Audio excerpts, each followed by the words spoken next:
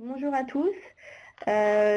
Effectivement, comme tu l'as dit, nous sommes dans la phase un peu pratique, les exemples pratiques et opérationnels de la mise en œuvre du devoir de vigilance par les entreprises. Ici, il s'agit de la question du travail décent, donc qui est un concept vraiment défendu comme fondamental par l'OIT dans le cadre du respect des droits humains des travailleurs. Et plus précisément du travail décent dans les chaînes d'approvisionnement, et on va avoir des exemples du secteur textile.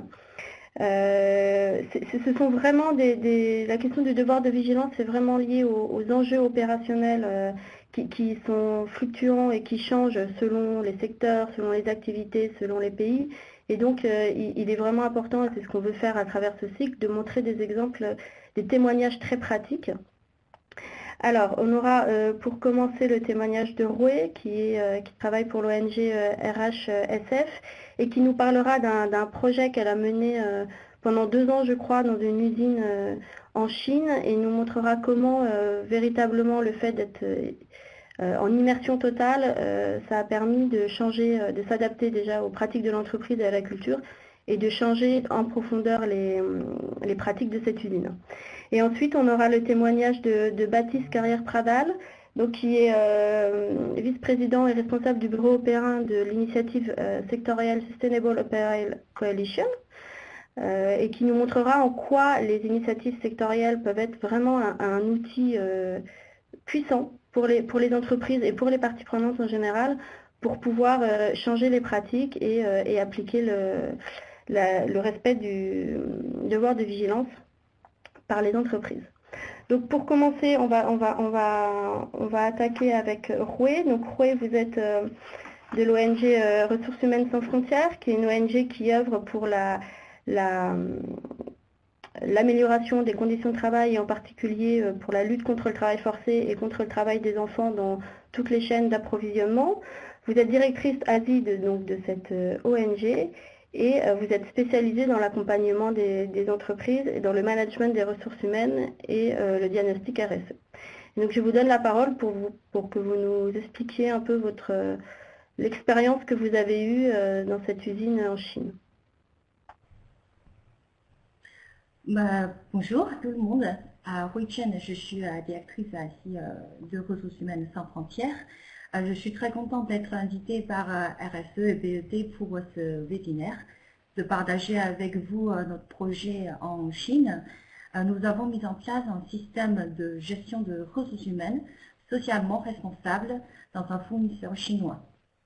Donc d'abord, je vous fais une brève présentation de notre ONG. Notre ONG Ressources Humaines Sans Frontières est créée en 2006 par des professionnels de la RSE et de ressources humaines. Et notre objectif est pour promouvoir le respect des droits de l'homme au travail dans toute la chaîne de sous-traitance. On ne se contente pas de relever les problèmes et de critiquer les mauvaises pratiques, mais on agit dans l'accompagnement des entreprises, des sous-traitants, fournisseurs, afin d'améliorer concrètement les droits de l'homme pour les ouvriers au bout de la chaîne de sous-traitance. Donc, premièrement, je vous expose le contexte de la RSE en Chine et le contexte du projet. Donc, comme tout le monde le sait, après l'ouverture de la réforme économique en Chine dans les années 80, le gouvernement chinois a offert de nombreux avantages économiques et sociaux pour attirer les investisseurs étrangers afin de développer l'économie en Chine. Donc, avec ces avantages et la main-d'œuvre pas chère, le low cost, les entreprises internationales ont choisi la Chine pour fabriquer leurs produits. Donc, la Chine est reconnue par sa forte croissance économique et devenue l'usine du monde. Et cependant, quand les entreprises internationales choisissent des sous-traitants chinois, ils sont attentifs à la qualité des produits et aux aspects sociaux et environnementaux. Donc, ces entreprises internationales demandaient aux fournisseurs sous-traitants chinois de signer le code conduit dans une première étape et réaliser des audits sociaux chez les fournisseurs stratégiques en vue de respecter les règles internationales et tous les aspects économiques et sociaux. Et également, après l'année 2000, le gouvernement chinois a renforcé la législation en termes de droit de travail et l'environnement. Et pour ces entreprises chinoises, donc la RSE devient l'un des éléments les plus importants pour rester compétitive. Et l'autre côté, en France, en Europe, aujourd'hui surtout en France, la loi sur le devoir de vigilance est une obligation faite aux grandes entreprises d'ordre de prévenir les risques sociaux, environnementaux liés à leur opération. Et ça s'éteint aux activités de leur chaîne d'approvisionnement. Donc, tous ce sont des challenges pour les entreprises françaises. Mais quels sont les enjeux pour déployer les mesures afin d'améliorer le droit de l'homme chez leurs fournisseurs en Chine?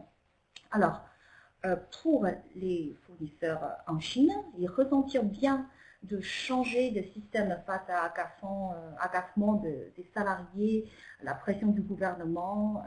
Bien sûr, il y a la crise économique avec la délocalisation vers des pays moins chers et socialement plus souples. Et si les entreprises chinoises investissent dans les technologies, le système, et certains qui investissent beaucoup dans les certifications comme ISO 9001 et d'autres certifications, c'est pour capter les clients étrangers et améliorer la production. Mais la place tenue par le personnel reste essentielle. Les entreprises en Chine découvrent que les hommes deviennent des sources clés dans la compétition.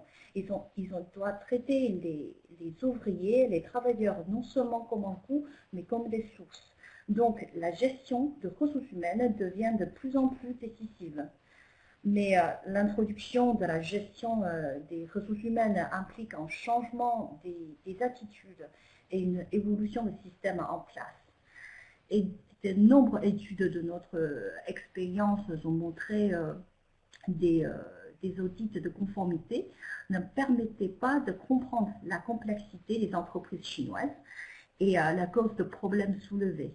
Et également, il y a des acheteurs de donneurs d'ordre eux-mêmes sont soumis à des injonctions paradoxales comme des coûts, des délais de livraison, maintenant avec la politique de la RSE, donc ils transmettent à leurs fournisseurs sans en mesurer tous les enjeux. Ensuite, pour toutes les entreprises, les usines en Chine, ces questions deviennent critiques. Comment augmenter la productivité et la qualité? Et comment réduire le taux de turnover important, surtout les ouvriers? Et comment améliorer la conformité avec les standards internationaux et les exigences des clients en termes de la RSE, et surtout pour la Chine, la limitation des heures supplémentaires. Alors ainsi, ils ont vraiment besoin de changer et nous avons besoin d'une ambition pour prouver que cela est possible avec des patience et détermination. Et il faut avoir la conviction de satisfaire tous les intérêts des clients, des sous-traitants, aux travailleurs à la fin de la chaîne d'approvisionnement, pour concilier les droits de l'homme au travail et les intérêts économiques des entreprises. Donc en 2012, notre ONG RHSF et un donneur d'ordre français sont devenus partenaires pour concevoir une méthode d'assistance pour les principaux sous-traitants. Donc c'est bien avant la loi sur le devoir de vigilance. Et nous avons choisi un fournisseur chinois pour mettre en place un projet pilote pour prouver que c'est possible d'atteindre ces objectifs avec un système de ressources humaines socialement responsable. Donc d'abord, je me demande pourquoi il y a tant d'heures supplémentaires. Donc j'ai demandé au fournisseur, pourquoi voulez-vous que vos ouvriers faisant des heures supplémentaires? Le fournisseur m'a dit, eh bien, la plupart dedans, c'est à cause des demandes des clients. Parfois, nous avons reçu beaucoup de commandes et nous avons besoin des ouvriers pour terminer les commandes à temps. Et comme il y a une pénurie des ouvriers, nous avons besoin que les ouvriers fassent des heures supplémentaires pour le terminer. Et parfois, nous avons reçu des commandes urgentes et nous voulons montrer à nos clients que nous avons la capacité de surmonter les problèmes, de sorte que nous avons besoin des ouvriers pour effectuer des heures supplémentaires afin de terminer les commandes urgentes. Et d'autre côté, pour les ouvriers. Et lorsque nous recrutons un ouvrier, une des premières questions qu'il posera, c'est combien d'heures supplémentaires pour ce travail. Et si je leur dis il n'y a pas tant d'heures que dans les autres usines, et nous respectons la loi chinoise, c'est-à-dire 36 heures supplémentaires par mois. Donc les ouvriers vont dire ok, merci, au revoir. Les fournisseurs ne trouveront jamais un ouvrier. Mais pour les ouvriers, pourquoi ont-ils besoin d'heures supplémentaires? Et bien sûr, ils m'ont dit qu'ils avaient besoin d'argent pour acheter de la nourriture, pour subvenir aux besoins de leur famille et de leurs enfants. Mais alors, pourquoi les heures supplémentaires signifient l'argent pour eux? Ok, laisse-moi vous montrer un graphique. Donc, il s'agit de l'ancien système de rémunération dans l'un des départements de ce fournisseur où on a mis en place le projet pilote. Et nous pouvons voir les statistiques à partir du graphique.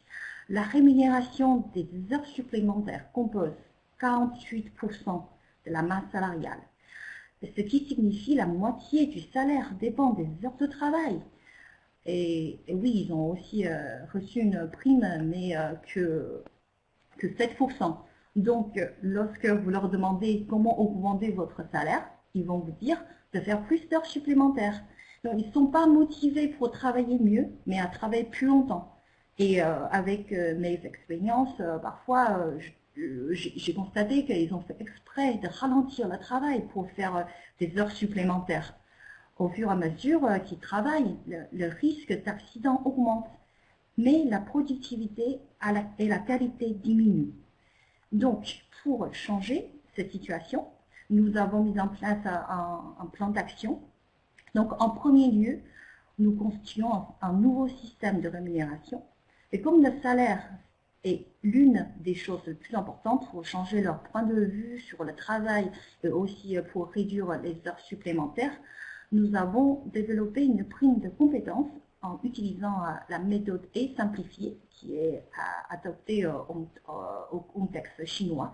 On classifiait les ouvriers sous 4 niveaux différents et les ouvriers peuvent obtenir une prime de compétences par la formation, le développement de leurs compétences et suite à la réussite aux tests professionnels et nous leur offrons des opportunités de développement de carrière. De plus, nous mettons en place une prime de productivité pour le rendre plus efficace sur leur travail. Et dans ce cas, les ouvriers n'ont pas de perdre sur leur salaire en travaillant moins, mais gagnant encore plus en fonction de leur niveau de poste, en fonction de leur travail et aussi s'ils respectent les consignes de santé et sécurité. Et pour l'aspect santé et sécurité, on l'a intégré dans le système de ressources humaines et nous avons même construit un système de contrôle interne pour vérifier les conditions de santé et sécurité dans l'atelier. Et aussi, nous avons organisé un comité de santé et de sécurité avec des représentatifs des salariés élus. Donc, ils sont formés pour avoir des compétences en santé et sécurité et peuvent vraiment représenter les ouvriers pour exprimer leurs pensées sur les aspects de santé et sécurité et aussi d'autres choses. Et nous avons formé une politique de communication interne. Par exemple, les bois à suggestions sont gérés par notre ONG et c'est moi qui a la clé de cette boîte à suggestions. Donc, quand les ouvriers portent des plaintes ou des suggestions, c'est totalement confidentiel. Donc, j'étais en lien entre les ouvriers et la direction et je les ai aidés à communiquer. Et les ouvriers, ils ont reçu les réponses de la direction en 15 jours maximum et certains problèmes sont vraiment résolus. C'était intéressant parce que j'ai vu toutes les sortes de plaintes au début, même quelque chose de très drôle. Par exemple, un jour, j'ai reçu une plainte et je pensais que c'était une femme. Elle m'a dit en hiver, dans sa dos de son dortoir, le dortoir est fourni par l'entreprise, par le fournisseur. Et quand elle voulait prendre une douche, elle devait attendre 5 minutes avant d'avoir de l'eau chaude. Donc, alors elle m'a demandé s'il y a moyen pour résoudre ce problème.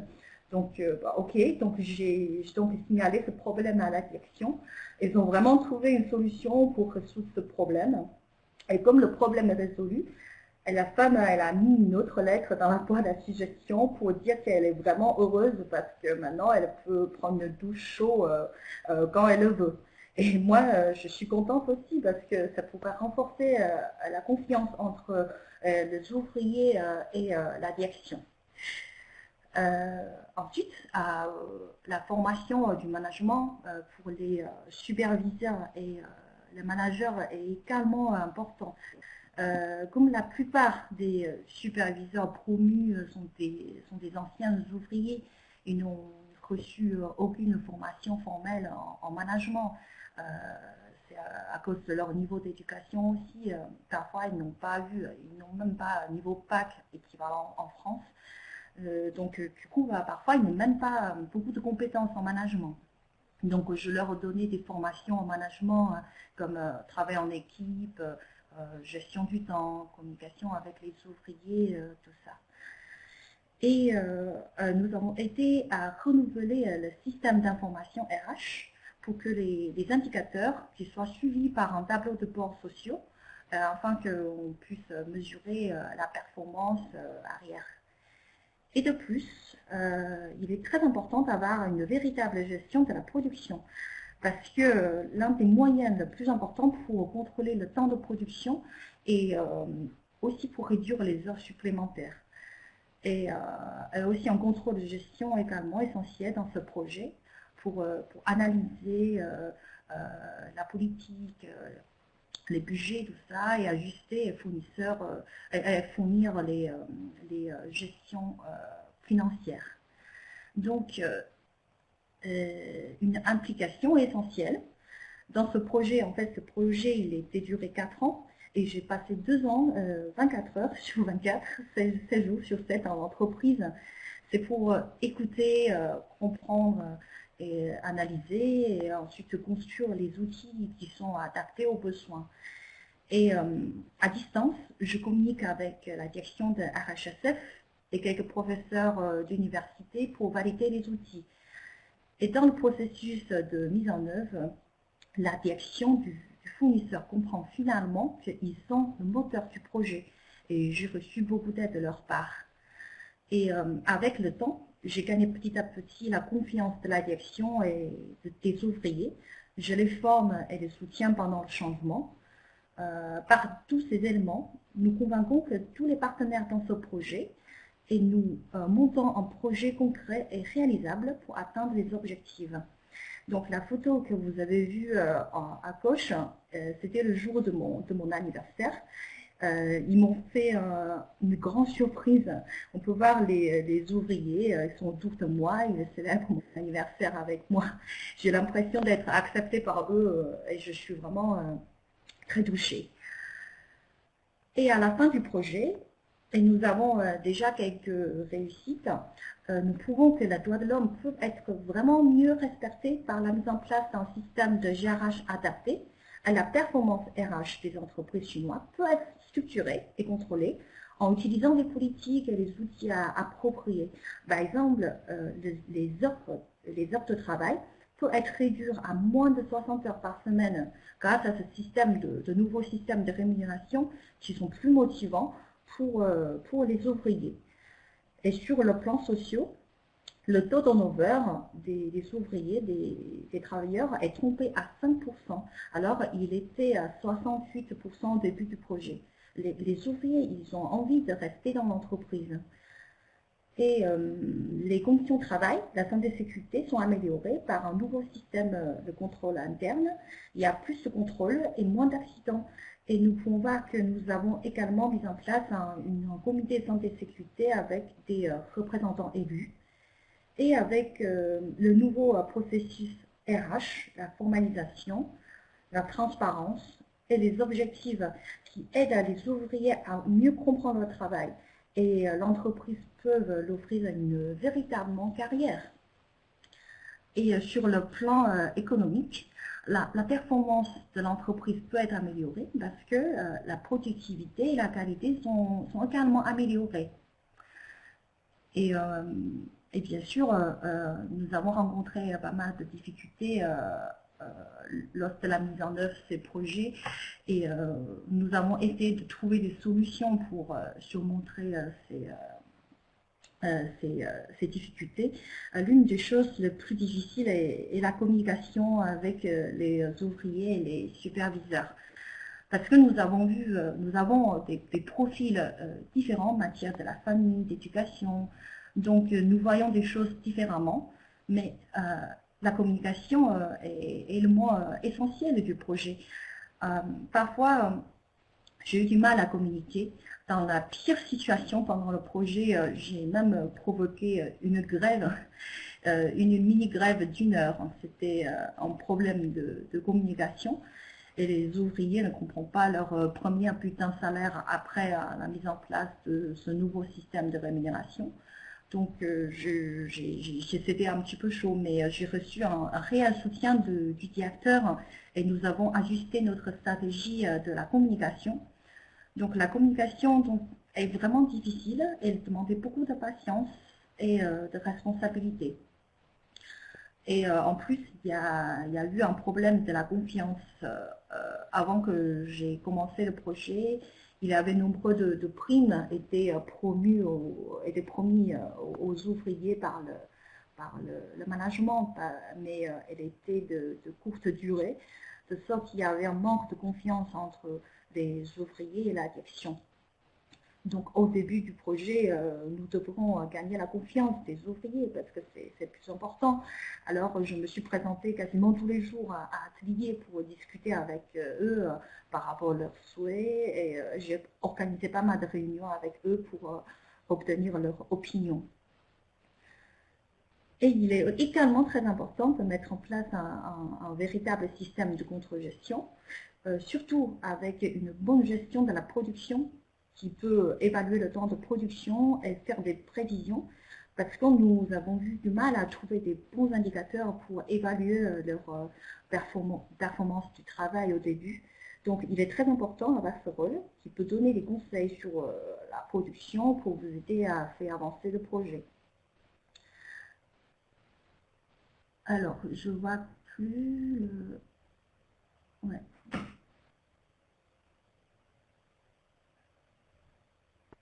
Alors, donc nous avons participé beaucoup d'événements grâce à ce projet innovant et nous avons gagné également quelques prix comme le prix du meilleur cas pédagogique de management international en 2015 et la médaille bronze au trophée des achats en 2016.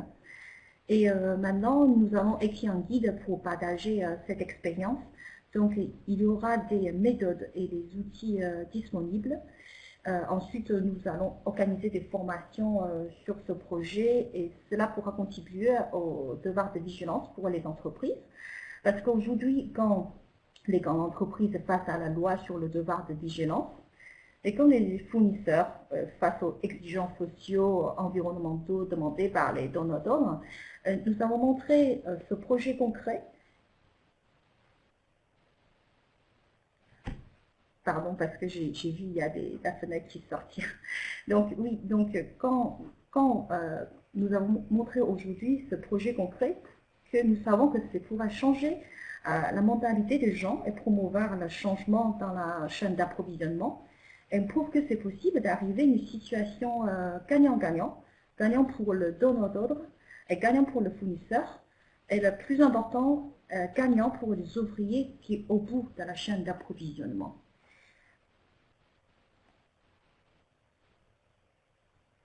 Alors, je n'arrive pas à bouger ça. Et merci beaucoup pour votre attention.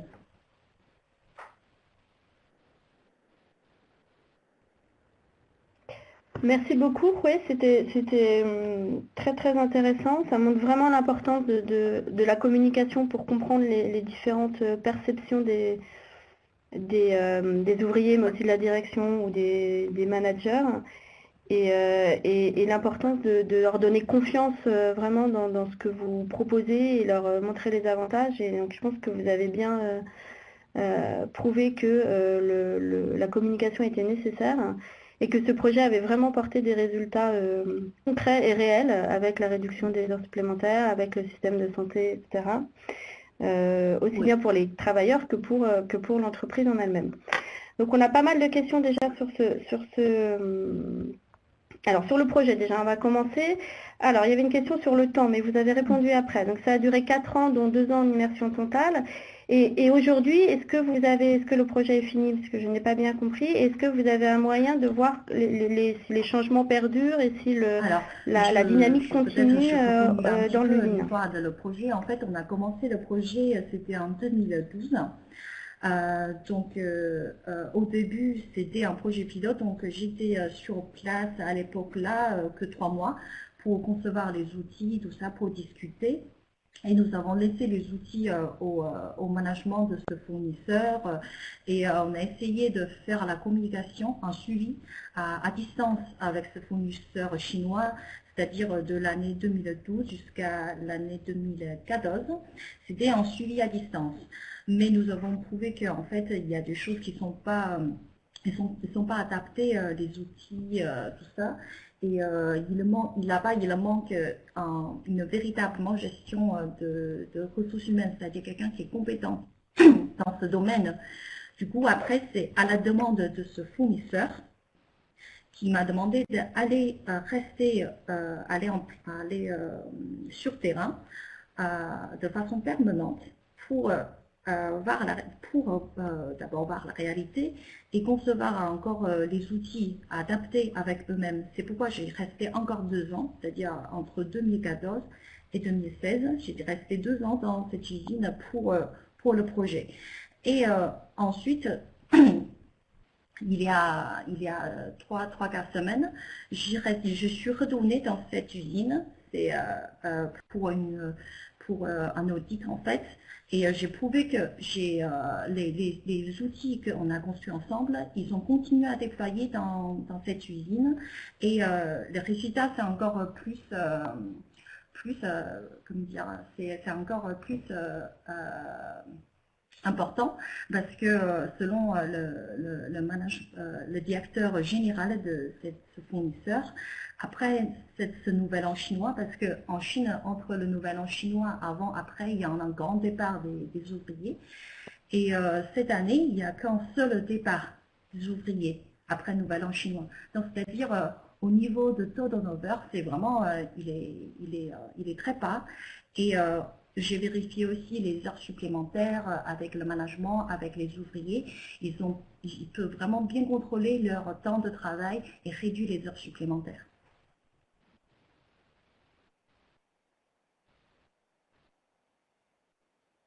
D'accord, merci. Et alors justement, donc c'est le fournisseur qui vous a demandé de venir passer 2 ans pour favoriser votre projet, enfin, pour essayer de l'intégrer. Et donc, il y a des questions sur, finalement, quel a été le budget total de cette mission, surtout qui l'a pris en charge, est-ce que le donneur d'ordre ou le fournisseur lui-même, et globalement, quel a été le retour, l'appréciation du donneur d'ordre sur ce tel projet, avec le donneur d'ordre et le fournisseur. C'est le donneur d'ordre au début qui payait le projet pilote, c'est-à-dire entre 2012 et 2014. Et ensuite, c'est le fournisseur qui a l'initiative de nous demander de faire revenir dans l'usine. Donc, c'est le fournisseur lui-même qui payait l'ensemble de projets.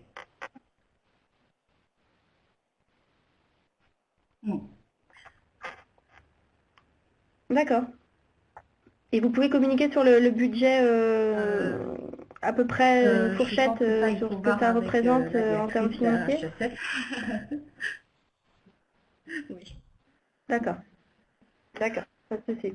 Pas de souci. Et alors une dernière question sur le projet précis, et après on parlera plus globalement de comment le transformer l'essai, si je puis dire. Quelle était l'attitude du syndicat chinois en vous présence pendant ces 2 ans? Représentant Le syndicat. Ou un salarié. Ouais. D'accord. Oh, Ça, c'est oui, en fait, au c'est sein de avant l'usine, que je oui. suis partie, enfin, Oui. parce que je vois qu'il y a des outils, il y a des politiques qui sont bien mises en place. Donc, je m'inquiète un petit peu si après mon départ, est-ce que les ouvriers peuvent continuer à exprimer, est-ce que toutes les choses qu'on a mises en place peuvent continuer à être déployées. Du coup, on a organisé un comité de santé et sécurité avec ces représentants des salariés qui est élu. C'est les ouvriers qui vont choisir leurs propres représentants. En plus, il y en a plusieurs représentants dans chaque atelier. Leurs informations sont affichées et tout. Donc, les ouvriers, c'est très bien, c'est à qui peut communiquer. Donc, il y a des formations qui sont données à ces représentants des salariés pour qu'ils puissent exercer leurs fonctions. Et après, il y a des réunions qui sont organisées régulières avec tous ces représentants pour d'abord savoir qu'est-ce qui se passe, quelles sont des plaintes, quelles sont des opinions des ouvriers. Et il peut aussi souligner les risques sur la santé et sécurité dans les ateliers. Et ensuite, il va communiquer avec la direction. Et ensuite, il y a des retours par ces représentants salariés avec les ouvriers. Et l'autre côté, que les représentants salariés, ils ont aussi fait partie de ce système de contrôle interne sur la santé et sécurité. Donc du coup, ils ont vraiment une relation qui est très proche à la fois avec les ouvriers et avec la direction. Donc cette fois, il y a 3-4 semaines, comme je vous ai dit tout à l'heure, je suis retournée dans cette usine et j'ai eu une conversation avec eux et ils sont vraiment contents parce que là, ça a renforcé la confiance entre les ouvriers et le management. Et il y a des problèmes, il y a des risques sur la santé et sécurité, ils sont soulignés et il y a des plans d'action arrière pour corriger tous ces risques. Donc c'est vraiment innovant et c'est bien.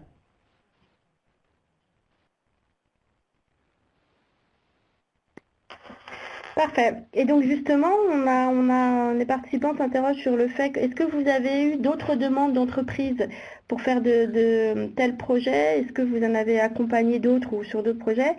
Et sinon, comment essayer de diffuser, de transposer des projets aussi innovants, mais qui demandent du temps et des ressources.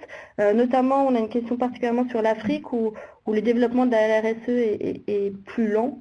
Et donc, est-ce que c'est transposable et quels sont les points de vigilance selon vous D'accord. Donc si on là, d'abord, voudrait faire d'autres projets dans on est en d'autres train de entreprises? construire un guide avec les outils, les méthodes qu'on a conçues avec ce fournisseur. Mais bien sûr, après, il faut adapter les outils avec les pays parce que dans chaque pays, les risques sont pas pareils, aussi par le secteur. Donc là, première chose qu'on va faire, on va construire ce guide et après, on va donner des formations. Donc il y a déjà d'autres clients qui nous demandent d'organiser des formations pour donner le guide pour former leurs sous-traitants.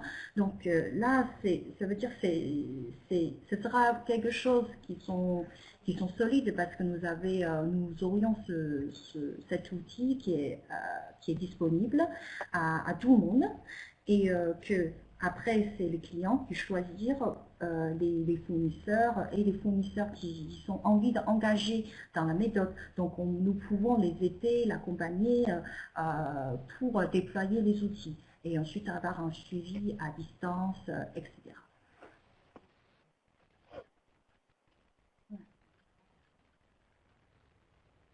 D'accord. Est-ce que vous avez une vision, alors vous êtes très Asie et Chine, mais est-ce que vous avez des retours, une vision sur Moi, d'autres continents, je suis l'Afrique, plus ou l'Amérique latine dans la zone Asie, c'est-à-dire ou la pas? Chine, Taïwan, Malaisie, d'autres D'accord. continents, j'ai très peu de compétences dessus.